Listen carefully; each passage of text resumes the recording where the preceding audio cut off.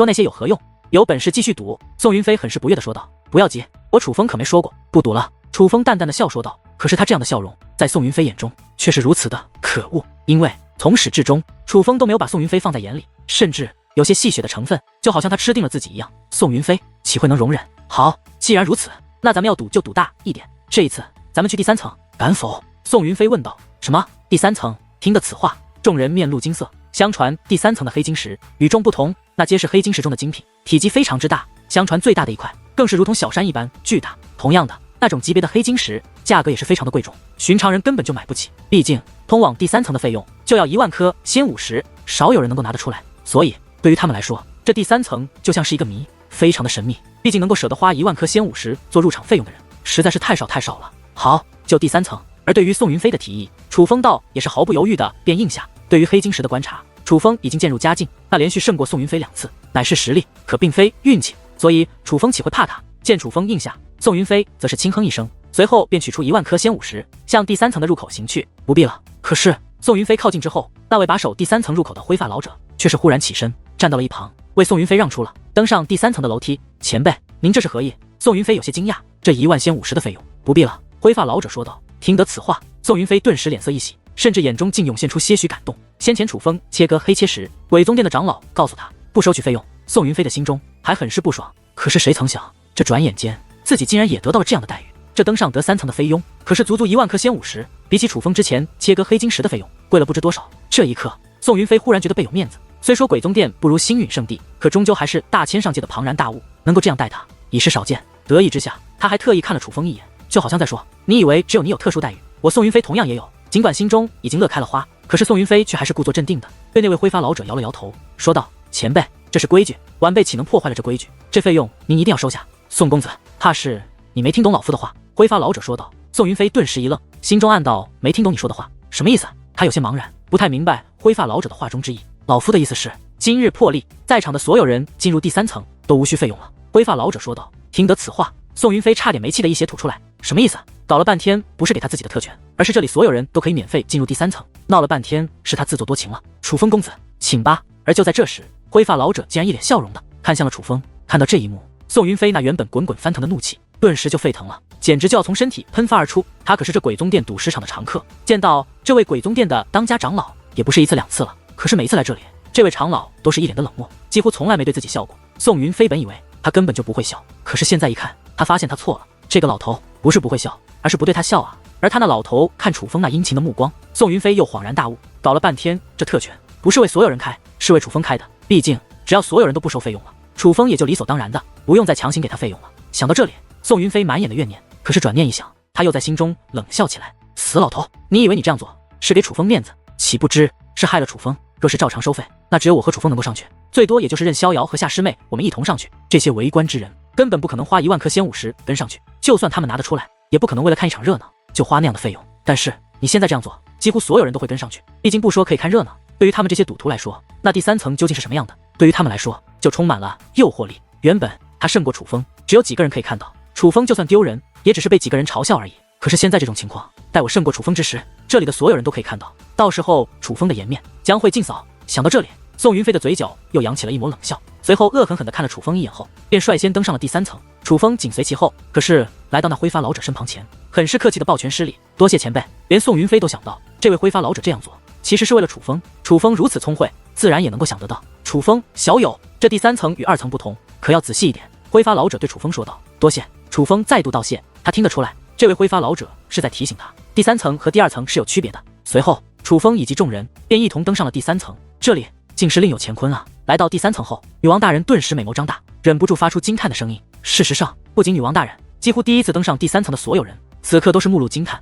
包括楚风和夏雨儿，甚至是星翼长老，皆是如此。从外边看，这赌石场只是一座分为3层的浩瀚宫殿，所以来此之前，所有人心目中的第3层都只是常规的宫殿形象，最多就是更加的奢华和精致一些。可是实际上却并非如此，这赌石场的第3层乃是一座结界阵法，登上此处，就像是进入了一座世界，蓝天白云，鸟语花香，一眼望去，无边无际的天地中，尽是座座山脉。可是那却并非真正的山脉，而是黑晶石。这里的黑晶石，最小的一颗也要几10米高，而最大的一颗足有1000米，如通天的山峰一般，贯穿了云层，比传闻中的还要巨大得多。天哪，这么大的黑晶石，这要多少颗仙50才能切割它啊？这一刻，正如同这样的惊呼响彻不断。而在所有人都上来之后，那位看守着第3层入口的挥发老者也是跟了上来。这第3层由老夫来切割黑晶石。挥发老者说道：“楚风，开始吧，这一次随便选，不受价格限制，但是规则是一样的，谁开出的先50多，谁便胜。”宋云飞说道：“好。”其实来到这第3层之后，楚风就知道宋云飞为何要叫自己来第3层，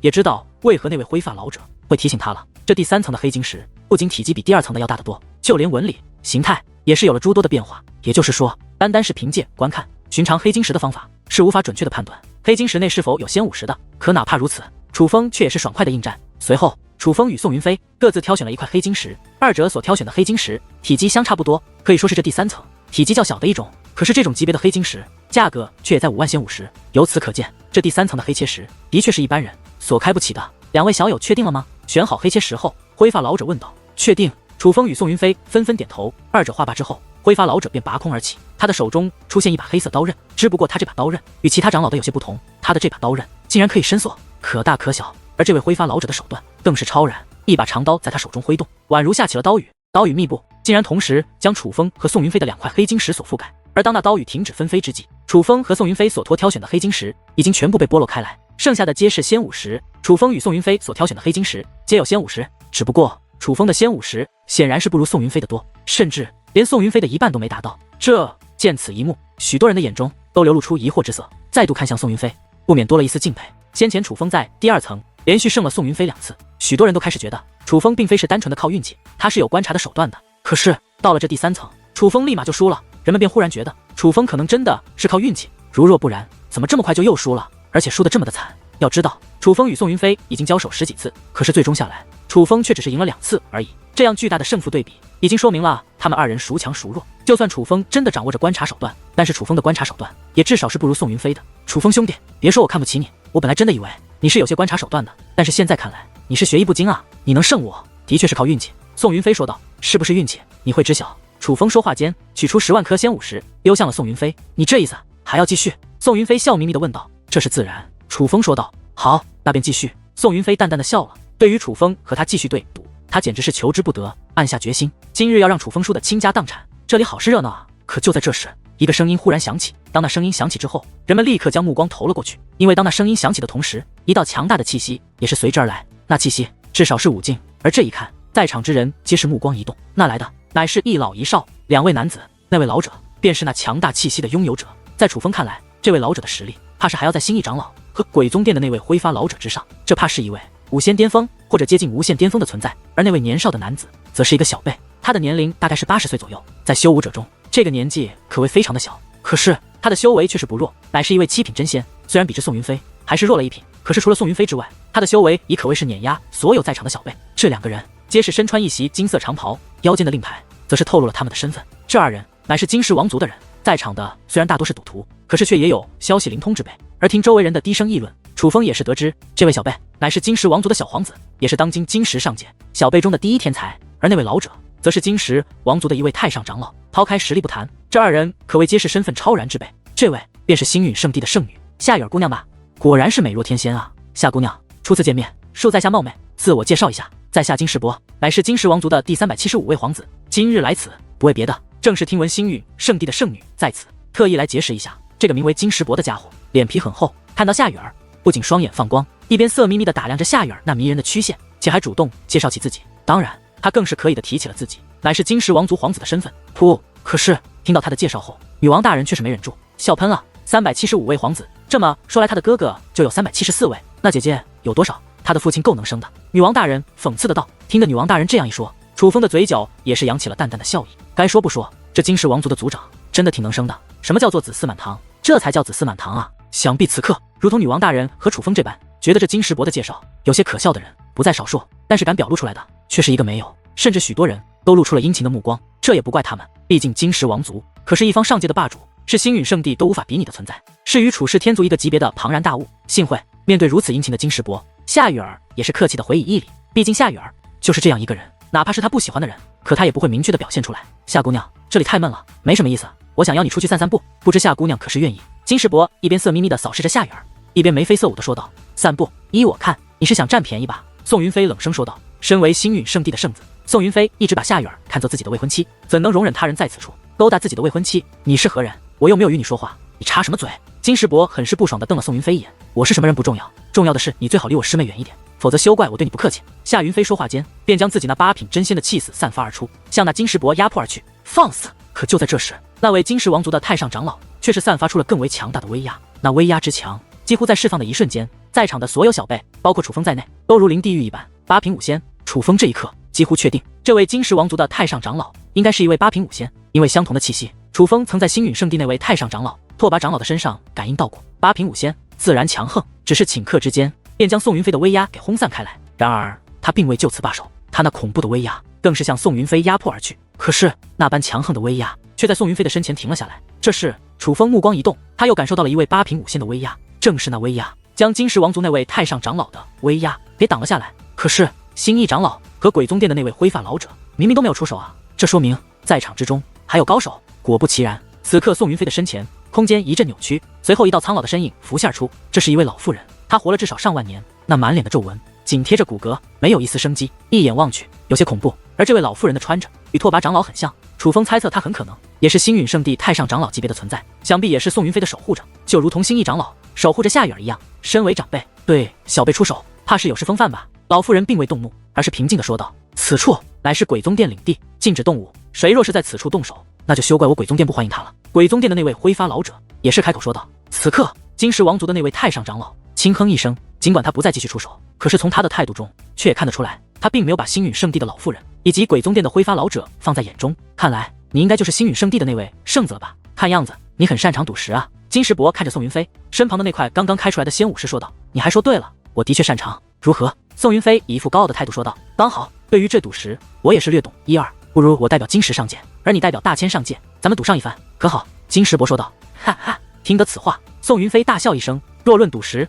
他还真是没怕过谁，于是爽快地说道。好啊，只是这赌注可就要大一点。多少？金石伯问道。刚刚我正在与他进行对赌，就与他一样，10万颗仙武石一次。宋云飞指着楚风说道。看来你是赢了他。金石伯问道。自然。宋云飞说道。听得此话，金石伯则轻蔑地扫视了一眼楚风，他本就看不起宋云飞，而听到楚风败给了宋云飞后，在金石伯眼中，楚风便是连宋云飞都不如了。好，就10万颗仙武石一次，不过这黑切石可要随便选，不受限制。金石伯说道。可以。宋云飞说道。那么开始吧。金石伯此话落下之后，宋云飞轻哼一声，便立即动身开始寻找心仪的黑晶石。可是金石伯却站在原地动都不动，而是对夏雨儿说道。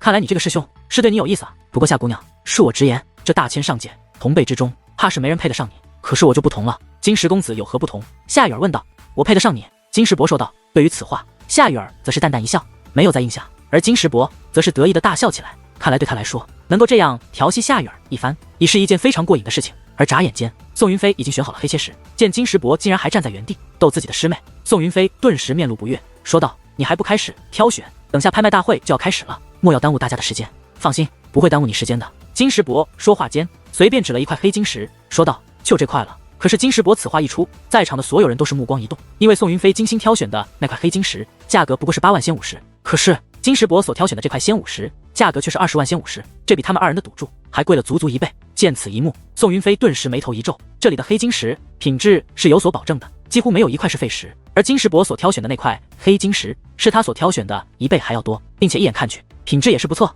这么来算，他多半是要输。难怪那金石伯特意提出要求，不限制价格。搞了半天，他是直接出高价买下品质较好的黑切石。当二者确定之后，灰发老者便开始切割黑晶石。可是最终的结果也的确是金石伯的那一块黑切石内的仙武石更多。这一次是金石伯胜了。夏姑娘，我就说吧，你这位师兄可不如我。胜了之后，金石伯很是得意地对夏雨儿说道。对于此话，夏雨儿则是面带淡淡笑容，并未回答。不管怎么样，宋云飞都是他星陨圣地的，乃是自己人，他不可能去承认宋云飞不如金石伯。再者说，明眼人都看得出来，别看夏雨儿面带笑容，可是夏雨儿对着金石伯应该是非常反感的。哼，直接出高价，这算什么本事？宋云飞冷笑道。这可是你同意的，况且黑切石是按照大小来判断品质的吗？若是这么简单，那根本就不用赌石了，直接买大块的黑晶石切开不就好了，反正稳赚不赔。金石伯讽刺地说道。听得此话，宋云飞面露怒容，可却也不知说什么是好，于是只得丢下一句继续。这一次宋云飞倒是机灵了，他不挑选，而是等待金石伯先挑选后他再挑选。金石伯挑选得很快，几乎是随意一指就选中了一块黑晶石，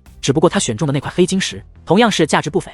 在金石伯选好黑晶石之后，宋云飞也是开始挑选，这一次他同样是精心挑选，不过他所选中的这块黑晶石价格与金石伯相等，在他看来，金石伯完全就是财大气粗，根本就没有真材实料。而凭借他的眼力，相同价位的黑晶石，他所选中的绝对品质要强于金石伯，怎么会？可是当2块黑晶石被切开之后，宋云飞却顿时张大了嘴巴，因为他精心挑选的那块黑晶石，竟然不如金石伯的随意一指。宋云飞再度败了，你还真以为我是凭借选的黑晶石块头大才赢得你？愚蠢！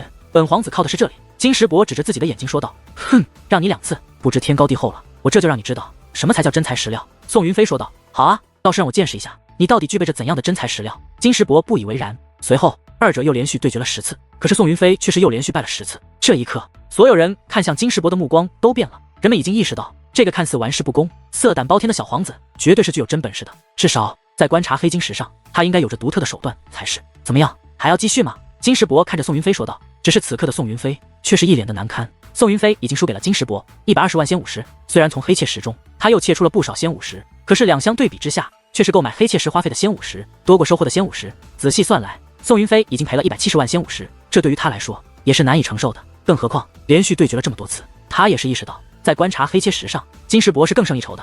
怎么了？不敢了？这么快就怂了？先前你那盛气凌人的劲呢？金石伯讽刺地说道。对于金石伯的讽刺，宋云飞气得脸色煞白，可是却也不知该如何反驳。输了就是输了，他只能认。不如与我赌上一番，可好？可就在这时，一道声音却是忽然响起。听得此话，所有人都是一愣，因为那位开口之人不是别人，乃是楚风。楚风是疯了吗？他连宋云飞都斗不过，怎么还出来和金石伯斗？难道这金石伯有多厉害？他没看到吗？哪怕宋云飞在他面前，也只能惨败而归呀。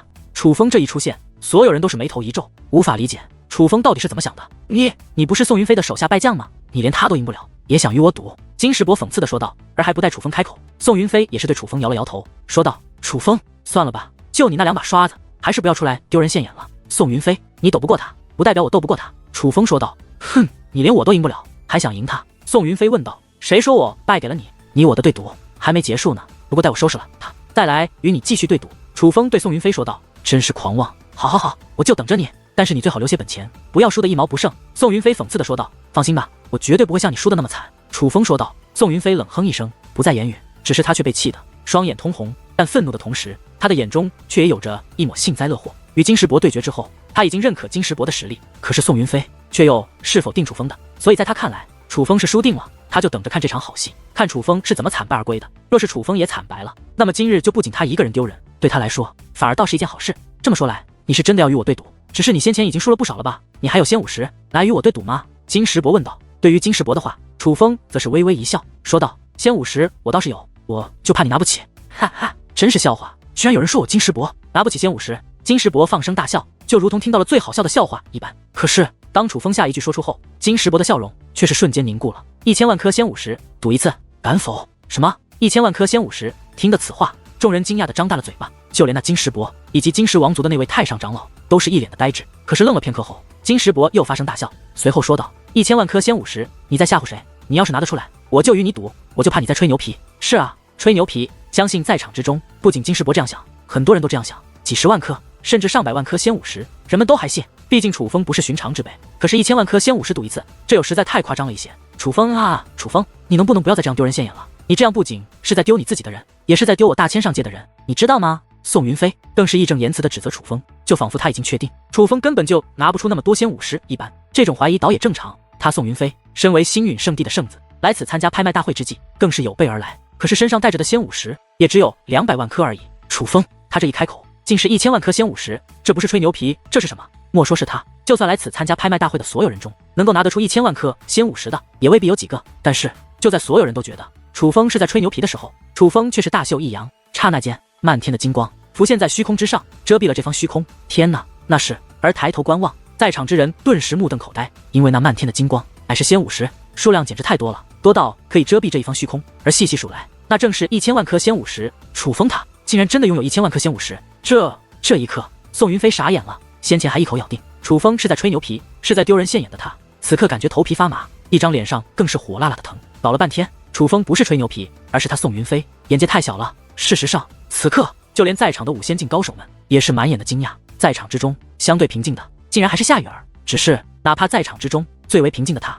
那张小嘴也是微微张起，说明他是非常的惊讶。震惊之后，众人恍然大悟，难怪楚风他先前与宋云飞对赌的时候，敢提出10万颗仙武石的赌注。搞了半天，不是他脑袋大，而是他真的足够富有啊。对于一个可以抬手间拿出1000万颗仙武石的人来说，10万颗仙武石的确不算什么。尽管众人皆是目瞪口呆，被楚风拿出的1000万颗仙武石给震慑住了，可是楚风的目光却只盯着一个人，那就是金石伯。此刻的金石伯脸色煞白，这还是他来到此处后，楚风第一次看到他露出这样的神情。看来不管多自负的人，也都是有弱点的，只要拿出足够的实力，他的自负将化为惊慌。金石公子，1000万颗仙武石我拿出来了，轮到你了。你若是没有那么多的话，倒是可以先欠着。楚风说道，这一句欠着是多么的讽刺，这简直就是看不起金石伯呀，真是可笑。我堂堂金石王族的皇子，会拿不出区1000万颗仙武石？金石伯冷然一笑，随后对身后那位金石王族的太上长老说道，玉华长老，把乾坤带给我。小伯，这可是金石王族的那位太上长老，似是想要劝阻。给我。金石伯顿时剑眉倒竖，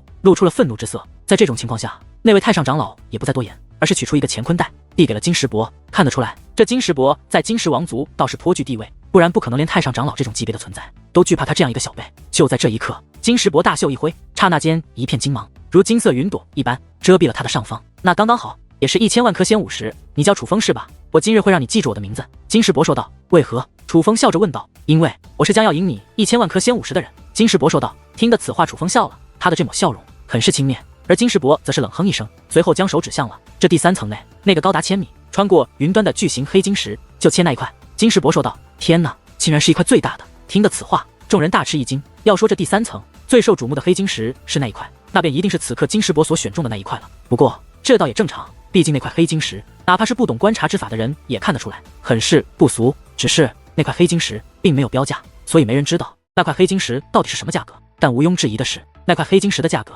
绝对非常的昂贵，一定是天价。这位小友，那一块的黑晶石价格乃是1000万颗仙武石，你确定要开它？鬼宗殿的挥发老者问道。1000万颗仙武石果然是天价呀！众人忍不住倒吸一口凉气。虽然那块黑晶石很大，巨大到穿过云端，可是不代表它其中蕴藏的仙武石就非常的多，搞不好它里面蕴藏的仙武石只有一丢丢，毕竟这都是说不准的事情。所以1000万颗仙武石来开它，这个价格还真的是天价。我说开它，你听不懂吗？金石伯说话间，手中的乾坤袋又是一挥，刹那间竟又有1000万颗仙武石飞向了挥发老者。这一刻，许多人都忍不住倒吸一口凉气，就连楚风的目光也是有所变化。眨眼间，这金石伯已经拿出2000万颗仙武石了。究竟是这金石王族真的底蕴雄厚，还是说这金石伯太能挥霍？但不管怎么说，这2000万颗仙武石都已经是让在场之人开了眼界。这是真正的富有，不愧是一方上界霸主的皇子。若是确定，那老夫可就收下了。此刻，就连向来一脸冷漠的挥发老者也是喜笑颜开。那块黑晶石的确不凡，可是1000万颗仙武石的价格却也几乎没有人会买。本来觉得这块黑晶石注定将成为这里的镇场之宝，但是今日居然有人要买，他怎能不喜？1000万颗仙武石啊，这对于他鬼宗殿来说也是一大笔收入。仙武石都给你了，还要问？而对于挥发老者的追问，金石伯则是显得很不耐烦。小伯，实在太贵了，不可冲动啊！就在此刻，金石王族的那位太上长老则是忍不住劝起来。这位8品5仙的顶尖高手，修炼上万年的超然存在，此刻竟然已是满头大汗。放心吧，我的眼光您还不信，其他事情我不敢保证，但是赌石我绝对不会输。那个蠢货的1000万颗仙武石我是要定了。金石伯说道。哪怕金石伯这样说，那位太上长老的目光却也满是担忧。可是想一想金石伯赌石的记忆，他倒也是放心了一点，因为金石伯赌石的确很是厉害，至今为止还没有走过眼。楚风小友，那你呢？你选择哪一块？挥发老者对楚风问道。他这句话又是在提醒楚风一定要精心挑选才行。别看金石伯花了大价钱购买了一块黑晶石，可是那块黑晶石却也的确利奥的。楚风若不挑选出一块品质更好的黑晶石，怕是要输掉，而这一输可就是1000万颗仙武石啊！就那块吧。楚风指着不远处的一块黑晶石说道。那块顺着楚风所指而望，莫说旁人，就连那挥发老者都有些惊讶了。其实楚风所选的这块黑晶石也是很不寻常，这块黑晶石高达100米，如同一座小山一般屹立在那里，而它的价格也是不菲，需要80万颗仙武石才能切割于它。可是这与金石伯所挑选的那块仙武石可就相差甚大。楚风小友，你确定吗？挥发老者问道。确定。楚风点头道。楚风小友，你三思啊，这块黑晶石是不是太小了一些？此刻就连新一长老都忍不住开口劝阻。楚风公子，这可不是开玩笑的，你还是认真考虑一下吧，可莫要因为大意就输掉1000万颗仙武石啊！就连夏雨儿也是通过暗中传音的方式劝阻楚风。事实上，此刻劝阻楚风的人可不在少数，只不过大多数都选择了暗中传音。但是面对众人的劝阻，楚风却是不为所动，他心意已决。而楚风此刻所选绝对不是任性而为。当来到第3层的时候，楚风的确没有把握确定自己的观察是否准确，甚至输给宋云飞也的确是因为自己的失误。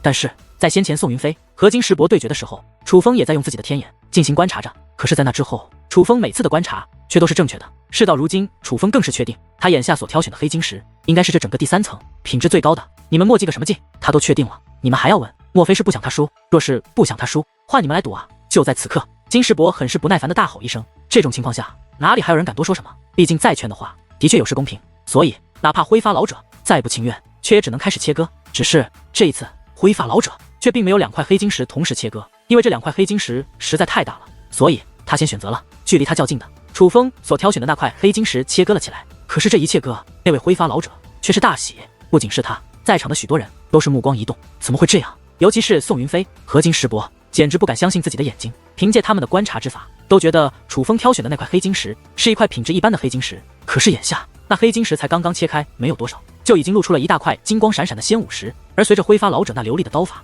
挥展开来，那块黑晶石很快便被彻底切割。这一刻，浮现在众人眼前的仍是一块巨石，只不过这块巨石并不是黑晶石，而是仙武石。天哪，这么大块仙武石，这还是我毕生第一次看见这么大块仙武石。若是切割开来，足以分割成1000万颗仙武石吧？1000万颗，你是眼睛瞎还是不识数？这起码能分割成1200万颗仙武石，1200万颗仙武石，我的天哪，太不可思议了！一时之间惊呼不断，连在场的长辈们都是一脸的惊叹，就别说那些赌徒们是何表情了。楚风公子，你太厉害了，竟然选出了如此品质的仙武石！此刻，夏雨儿激动不已，竟来到楚风近前。楚风小友，真是真人不露相，难怪你敢用1000万颗仙武石进行对赌，看来你是早有把握呀。就连新一长老也是上前恭贺。事实上，此刻来恭贺楚风的不在少数。当那块仙武石浮现在那里之际，几乎在场的许多人都觉得楚风赢了，哪怕那位挥发老者都这样认为。他在这里这么久了，还从来没见过这么大块仙武石，这简直就是这赌石场内的石中之王啊！没错，石中之王，每一座赌石场内都有一块石中之王，而这石中之王便是赌石场内品质最高，其中蕴含的仙武石最多的一块。而今日，楚风则是当着这么多人的面开除了这里的石中之王。一时之间，人们都是兴奋不已，就连那位挥发老者也是一脸的激动，连他都是如此，可想而知旁人又是如何。此时此刻，整个人群都为之沸腾了。我的那块还没开，可以断定他就赢了。此刻，金世伯很是不爽地说道。他此话一出，原本沸腾的人群顿时又宁静了下来。是啊，虽说楚风开的这块黑晶石品质的确超然，可是金世伯所选中的那块黑晶石也绝对不简单，搞不好那里面蕴含的仙武石比楚风的还要多，毕竟那可是这第3层最大也是价格最贵的一块黑晶石啊！这位小友莫急，老夫这就为你操刀。挥发老者说话间便拔空而起，来到了那块黑晶石的上空。一道黑色光芒闪过，挥发老者手中的刀刃竟然化作千米长，紧随其后，刀光化作刀雨，在那黑晶石四周疯狂的飞舞。只是伴随着那黑晶石不断被切割开来，那金世伯以及金世王族的那位太上长老则傻眼了，眼见着大片的黑晶石不断剥落，可是他们却连仙武石的影子都没看到。终于，仙武石出现了，只是那块仙武石却是那样的小，若是换算成正常规格的仙武石的话，最多也就分割成1万颗而已。可是他购买这块黑晶石却是花了足足1000万颗仙武石啊！也就是说，他赔了999万颗仙武石，再加上他与楚风对赌所输掉的仙武石，他今日赔了足足1999万颗仙武石，惨！这简直太惨了！这绝对是在场所有人所见过赔得最为凄惨的一次赌石。眼下，就连那些赌徒看向金世伯的目光都有些同情了。1999万颗仙武石啊，这对于金世伯来说也绝对是一个巨大的负担，这绝对是在割他的肉，吃他的血啊！你们这简直就是欺诈！猛然之间，一声愤怒的咆哮响起，是金世伯，他指着挥发老者，大声喝道：“那么贵的黑晶石，只切割出这么点仙武石，你们鬼宗殿就是这么糊弄人的吗？”听得此话，挥发老者则是剑眉倒竖，随后说道：“这位小友，你也应该是经常玩赌石的人。赌石之所以叫做赌石，就是因为它有不确定性，所以它才被称为赌石。怎么了？这是输不起了吗？”而挥发老者话音落下之际，楚风的声音也是随之响起：“输不起？我堂堂金氏王族的皇子会输不起？哼，你拿去就当做是我送你们的了。”金世伯大袖一挥，便准备就此离去。等一下，可就在这时，楚风却是再度开口：“你还有事？”金世伯问道：“你叫金世伯对吧？”楚风问道：“怎么了？”金世伯问道：“你的名字我记住了，因为你是输给了我1000万颗仙武石的人。”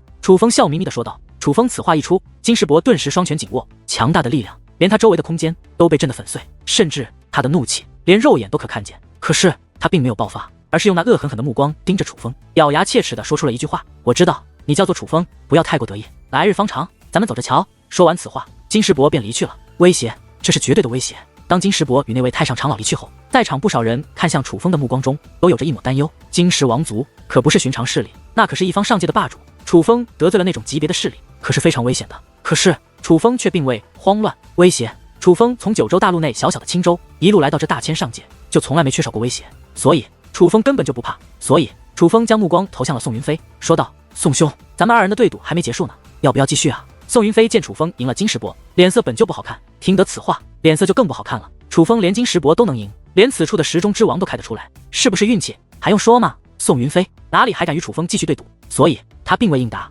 甚至连话都没说，而是大袖一甩，便直接离去了。他今日算是彻底栽了。好了好了，对赌结束，大家都散了吧。灰发老者开口说道。在他开口之后，那些围观的赌徒们只得不情愿的离去。虽然很不情愿，可他们的脸上却满是兴奋之色。今日他们算是没有白来，见识了1000万颗仙武石的对赌，这可是整个大千上界都未曾发生过的事。别的不说，此事传出定会震惊大千上界，而身为这一切的见证者，他们也都是有了吹牛的资本啊。楚风小友，拍卖大会就要开始了，这些仙武石需要老夫为你分割，还是你直接带走？在众人离开后，灰发老者对楚风问道：“劳烦前辈帮我切割开吧。”楚风说道。随后挥发老者便将楚风的那块巨型仙武石分割成开来，最终分割出了1237万颗仙武石，再加上楚风从金石伯那里赢来的1000万颗仙武石，以及之前在鬼宗殿兑换的1800万颗仙武石，楚风手中已经握着4000万颗仙武石，这可是巨大的财富，而这更增添了楚风拍下那灵兽秘宝图的把握。在此之后，楚风三人由鬼宗殿的长老亲自带路，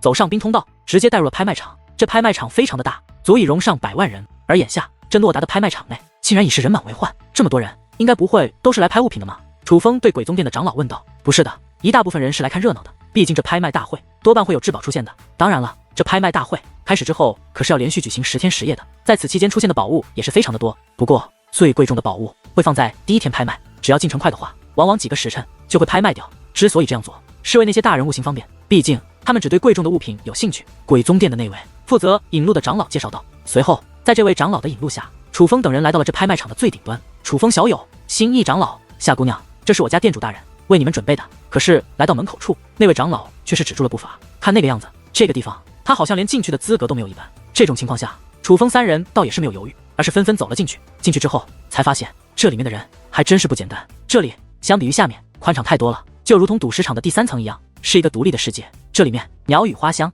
可是这里的所有生物却都是食物。没错，这是特殊的食物，仿佛具有生命，与生灵一样发出叫声，自由移动，可实际上却是非常的美味的食物。而这里喷涌的泉水则是各种各样的美酒。同样的，这里的景色也同样宜人，并且在这里向下观看，整个拍卖场都能尽收眼底，有一种天神俯视众生之感。只不过这里的人可是不少，宋云飞、任逍遥他们2个也在此处。而除此之外，还有一些身份超然的小辈，那是楚氏天族的小辈，其中一个是熟面孔，那便是被誉为大千上界3大美女之一的楚灵溪。只不过除了楚灵溪之外，还有2个小辈也是非常的引人瞩目，其中一位是一个大美女，美到如楚灵溪和夏雨儿一般，一经出现就会不由自主的将人的眼球吸引过去。只不过与楚灵溪和夏雨儿不同的是，这名女子的脸蛋虽然也很精致，可若只论美貌，却不如楚灵溪和夏雨儿。只是此女气质超然，气场也很强，最重要的是这女子的气息也同样很强，8品真仙。竟与宋云飞一样，这名女子乃是一位8品真仙，不用他人介绍，楚风已是知道此女的身份，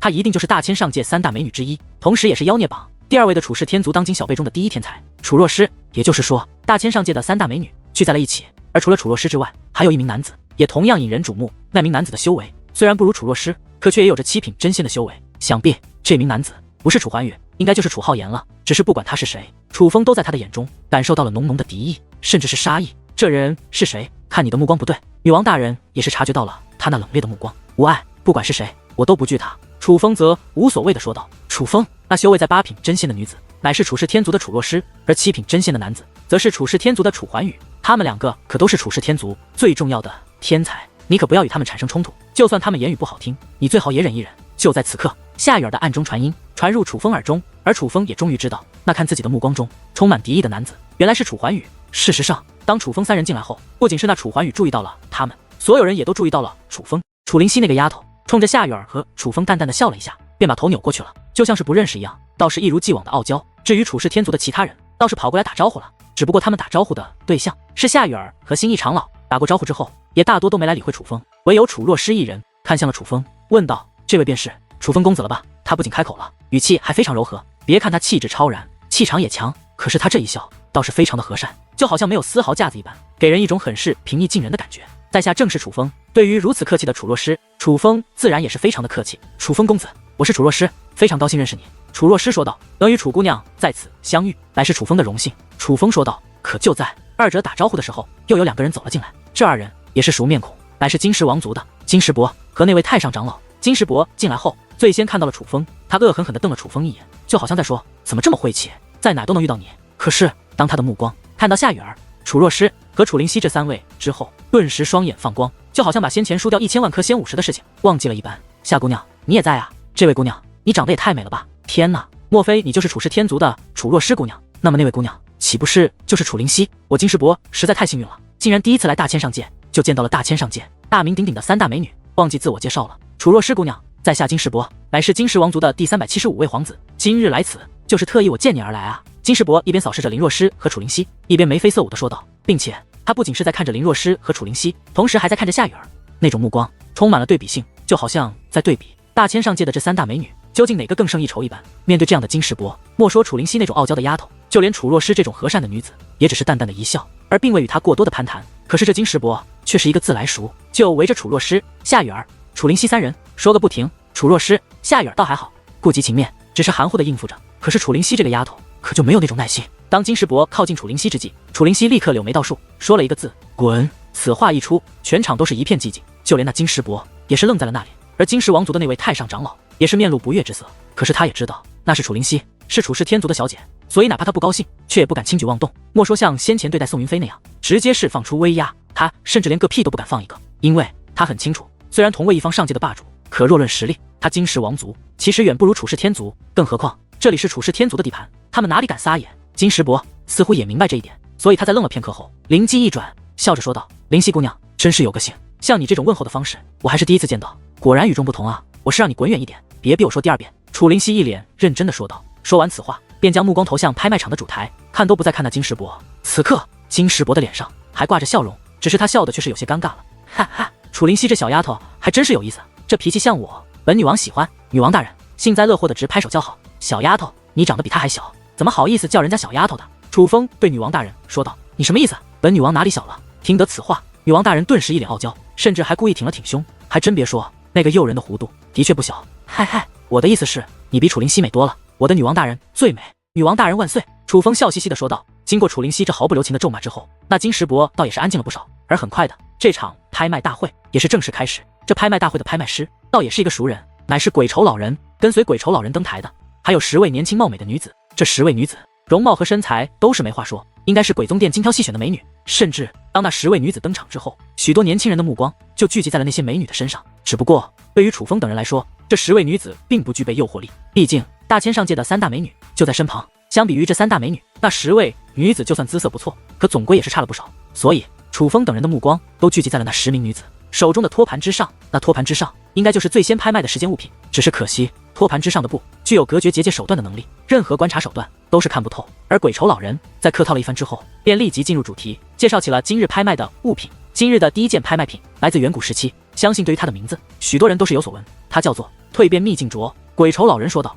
蜕变秘境镯，传说中的远古神器，蜕变秘境镯竟然出现了。鬼仇老人此话一出，整个拍卖场都沸腾了，甚至就连楚风周遭的人也是目光一动。夏姑娘，这蜕变秘境镯是何物？楚风好奇地问道。楚风公子，远古时期的事情已成秘密，可是相传远古时期有着诸多神器，而这蜕变秘境镯便是神器之一。相传这蜕变秘境镯内具备着无法解释的力量，可以强行向修武者体内灌输力量，让修武者的身体进行蜕变，甚至让修武天赋变强。哪怕无法修武的人，只要进入这蜕变秘境镯内，不仅很快就能成为修武者，甚至有可能会成为绝顶高手。夏雨儿说道。竟然如此神奇！听得此话，楚风也是感到惊叹，这简直违背修武之道，实在太过神奇了一些。相传这蜕变秘境镯是远古一位大人物用来培养说下的神器，可以在短时间之内培养出大批的修武高手。夏雨儿说道。若真具有如此功效，那此宝物怕是价值不菲啊。楚风说道。那是一定的呀，那可是神器。夏雨儿说道。此一刻，楚风既激动又有些不解。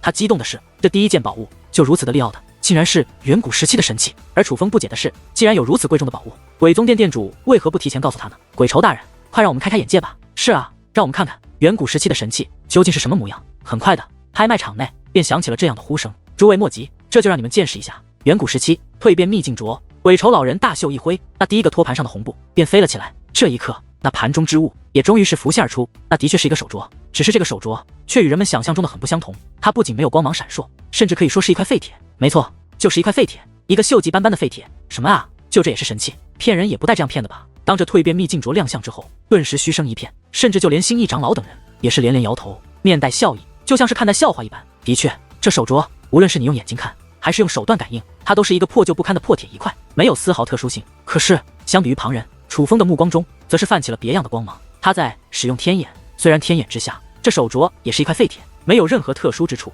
可是楚风在使用天眼观察之际，却有一种感觉，那种感觉在告诉楚风，这手镯并不平凡，而不用天眼观察，便没有那种感觉。也就是说，天眼观察尽管也没有看出特殊之处，可是天眼却仿佛在提醒楚风，这非寻常之物。这蜕变秘境镯底价1万仙50，上不封顶，有兴趣的道友可以出价了。鬼愁老人说道。算了吧，这就是一块废铁，还1万仙50，就算1颗仙50我都不要。就是这简直就是骗人的，赶快拿下去吧，根本不会有人买，换下一个。一时之间怨声载道，人们都觉得自己被骗了，根本就不愿意出价。诸位，我鬼宗殿从不做欺骗之事，这蜕变秘境镯的确是有人寄托于此处，而以那个人的身份，他应该不会欺骗大家。再者说了，天下间的宝物不是所有都能用肉眼观察出来的，尤其是远古时期的宝物，1万颗仙50并不贵，大家不妨买回去钻研一下，万一它真的是神器呢？鬼愁老人说道。算了吧，连你都说万一了，那就是说你都知道它不是神器。鬼愁大人，你快收起来吧，不会有人买的，这就是一块破铁啊！众人纷纷催促道。2万颗仙50。可就在这时，一道声音忽然响起。天哪，居然真的有人要买这废铁，还出2万颗仙50，谁啊？这么大头！这个声音一经响起，拍卖场内的许多人都是向着拍卖场的顶端张望而来，只是他们只能听到声音，却根本不知道那个人是谁，因为说话的人是楚风，楚风等人所在的位置，下方的人根本就看不到，但他们知道，能在拍卖场顶端的，一定是出自名门之辈，听那声音那般年轻，一定就是哪个庞然大物的少爷了。所以一时之间，人们只有一个想法，那就是败家子。但唯有楚风知道，这个手镯2万颗仙50，非常的值，哪怕它根本就不是宝物，可是楚风觉得能够让天眼带给他那种特殊感觉的宝物，也是值这个价格。3万颗仙50。可就在这时，又有一道声音响起，是金石伯。楚风看了金石伯一眼，发现金石伯正用挑衅的目光看着自己。看到这种目光，楚风反而放心了，他知道金石伯根本就没有发现那手镯的特殊之处，他只是不想让楚风顺利的拍下物品，所以故意捣蛋的。10万颗仙50。楚风说道。什么？10万颗仙50？疯了吧？这就是一块废铁啊！下方的众人越发惊讶。此刻金石伯的脸色也是有些不好看了，他没有想到楚风这么狠，一开口就是10万颗仙50。老实说，他有些不敢跟了，万一他出了价格，楚风不跟了呢？那岂不是说他要花大价钱把这块废铁买走？可是想到楚风赢了他1000万颗仙50的事情，他又非常的不爽，于是他又说道：11万颗仙50，20万颗仙50。可是金石伯话音刚落，楚风便再度开口。这一刻，金石伯也是不敢再说话了，因为他看楚风的样子，一脸的有恃无恐，不知道楚风到底卖的什么关子。想着原本2万颗仙50的废铁被他捣乱之后，楚风花了10倍价格，他也知足了，于是他不再继续跟。20万颗仙50，确定吗？鬼愁老人问道。旁人听不出楚风的声音，可他却听得出来。老实说，他也觉得这个手镯不值20万颗仙50，所以他这样问，其实是不想让楚风花大头钱。确定。可是楚风却是毫不犹豫，莫非20万颗仙50，就算200万颗仙50，楚风也不会犹豫。